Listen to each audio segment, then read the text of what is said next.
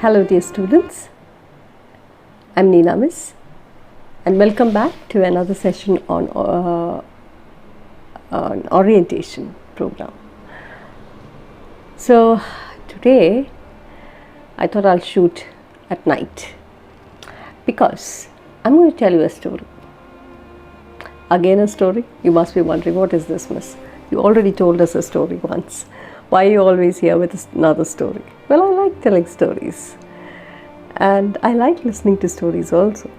Anyway, today I'm going to tell you a story about a person, about the growth of a person. And once I introduce the person, I'm going to leave you with a link and you will be watching the rest of the videos there. You just have to click onto the link and you will watch it in YouTube. Okay, and then when we come back, we shall have the discussion. We will discuss. We not just send voice clips, but I shall be there with you. We will discuss together. All right. So today I thought I'll just tell you a story about how a very famous theatre was born. Theatre as in Britain, theatre as in London. Okay, so let me just tell you how this theatre was born. Theatre that made a person, a writer, a playwright, very famous.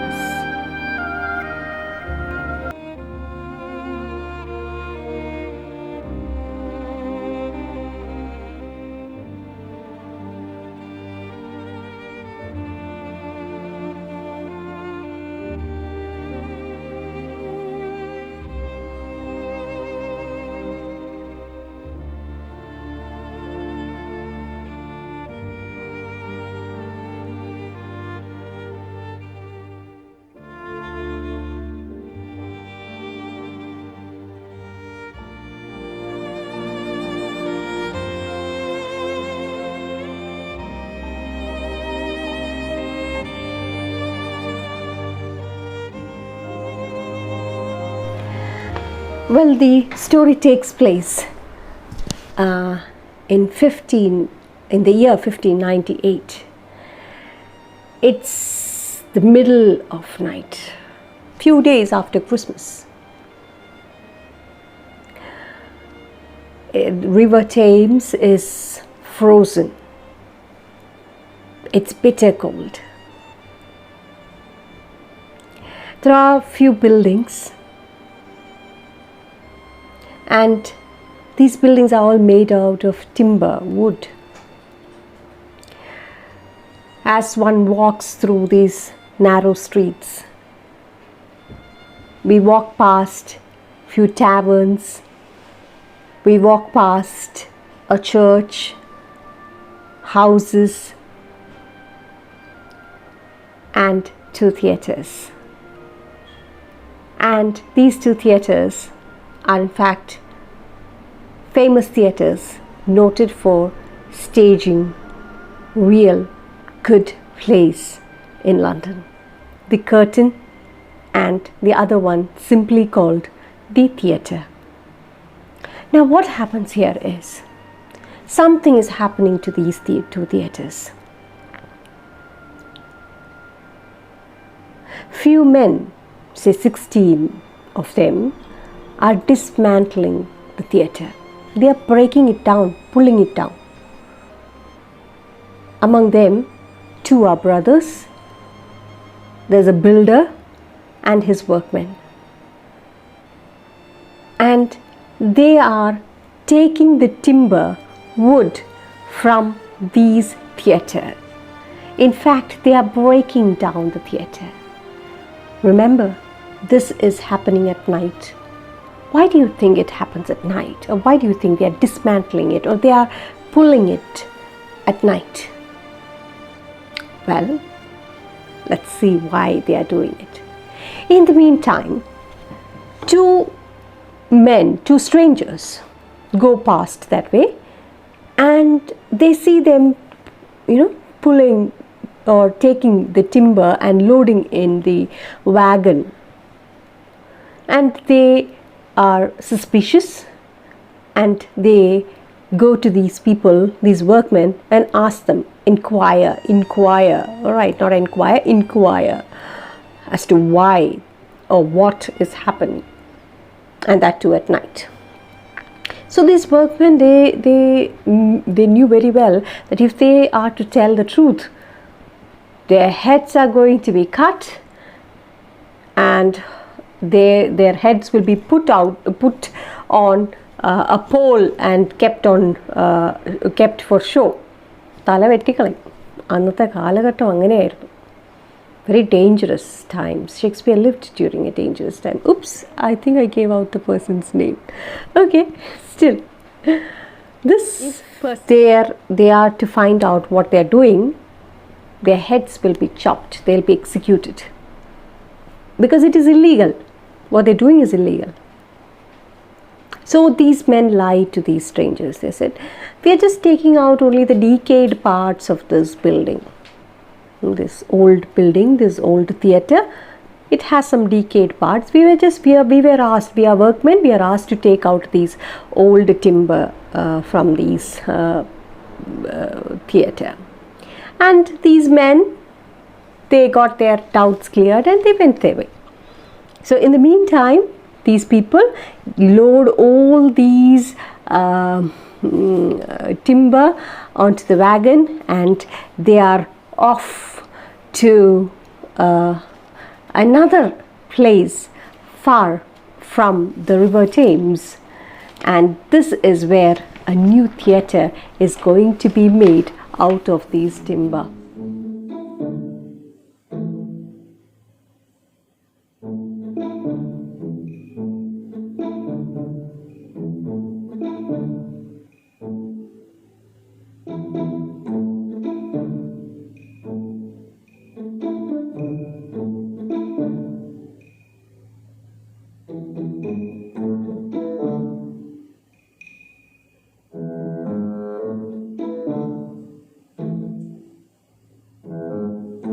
So if you're wondering where they are taking it, they are taking these wooden planks across the London Bridge to Southwark, and they are going to rebuild a theatre, and it will become known to the world as one of the world's most famous theatres, the Globe. Shakespeare's Globe. Well, there's another story also. This globe was destroyed in the Great Fire of London, and it had to be rebuilt again, and so the Globe Theatre that you see today is a rebuilt one, a modern one. So the old theatre that was made by Shakespeare, who owned this theatre, who was also a partner of this theatre, this globe got damaged or destroyed in the Great Fire of London. All right, so the one that we have, the present globe that we have, is a newly constructed one, and that's where all the famous plays are put. So I have introduced you to one of the most important theatre that an English student ought to be aware of, the Globe. And I am talking about whom? Who is the person that I would be talking? I've already given the name. It is none other than the Bard of Avon, William Shakespeare. So what makes William Shakespeare so special?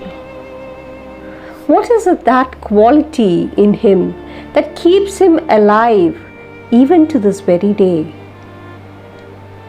Why is it so that we keep reading his plays over and over again? All of us centuries after century, generation after generation, we read, reread, analyze, reanalyze Shakespeare. So what makes this person so great? He is, of course, one of the greatest, one among. I would like you to stress on that point. Never say anybody as, or never call anyone as one, as the greatest writer. They're always one among the great writers of literature. Likewise, Shakespeare is a giant, an ocean, and we are all small children who have tried, or who's trying to dip our toes in this ocean called Shakespeare. We'll never get to that depth. We'll never get to know him fully. We must understand that also. We cannot understand Shakespeare completely. We can only understand Shakespeare partly. But what makes him so special? Let's find that. Watching Shakespeare's plays is like being invited into a room full of amazing, into a house full of amazing rooms. Go through one door, and you will meet on top of the house a man or a ghost walking past the battlements of a castle at night, telling his son, "Revenge, revenge, revenge." He's calling out to his son, Hamlet, the ghost of the King Hamlet. Both are Hamlets, Prince Hamlet and King Hamlet. Father Hamlet is dead. He's now the ghost. The play opens with the ghost walking the battlements of the castle and asking his son to take revenge on his murder. He also tells his son that he had been murdered by his own brother, Prince Hamlet's uncle, King Claudius. You go past another room, you will find a king sleeping. He's a guest at Castle of Inverness. He's a guest of Macbeth. He has come to reward Macbeth for his bravery.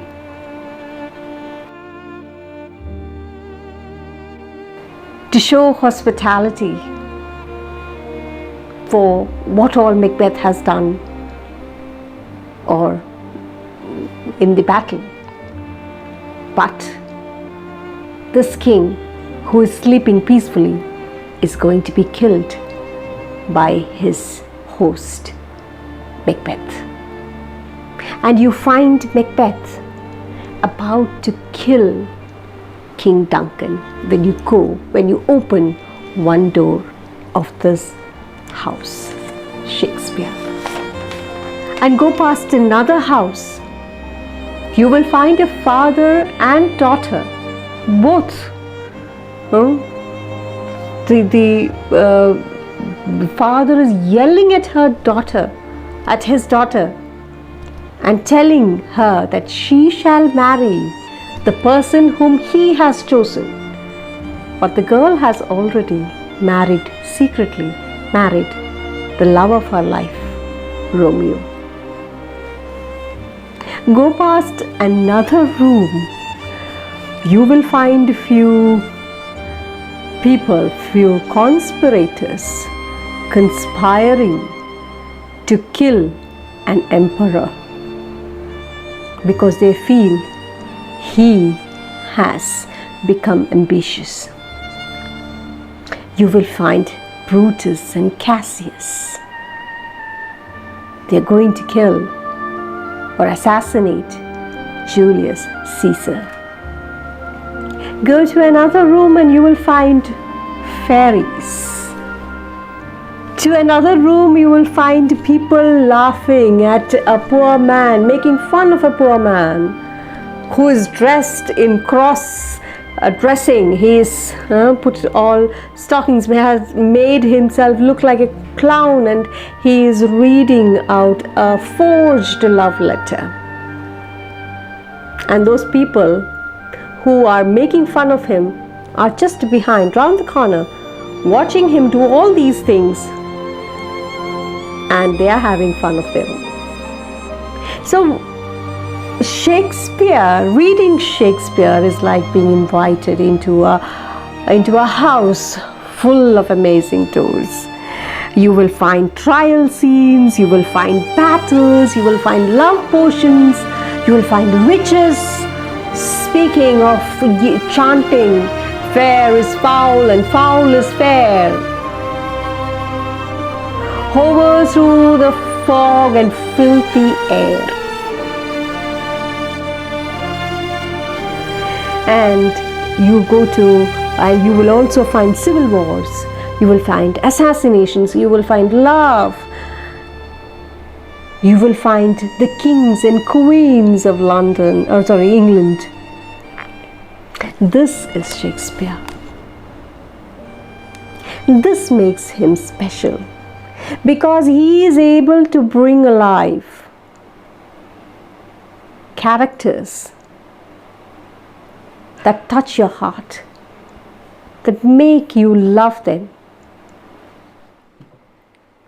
You will meet people with deep, powerful ambition, wild jealousy. They're crazed for hunger. You will find Lady Macbeth telling her husband to be a man, to be ambitious. She pours into her husband's ears crookedness, cunningness, and makes a monster out of that man. Later you will find this very own Lady Macbeth taking her own life when she feels she has done something terribly wrong. Now, with this, we shall move on to the link, and you will watch the link. All right? You will click on the link and it will direct you to the site in YouTube, and you will watch what makes or who is this Shakespeare, a little bit of understanding about Shakespeare. So I'm not going to give you, for the start, I'm not going to give you a very, very serious one. I'm going to give you something that you children would love. So you will not have a lot many details of Shakespeare as a college student must learn or understand, but you will find things that an overview of what Shakespeare is, and then we shall slowly move into the serious type of study. So for the start, I shall give you something very interesting. All right, so enjoy this video and we shall pick it up in the discussion session. So thank you and keep safe.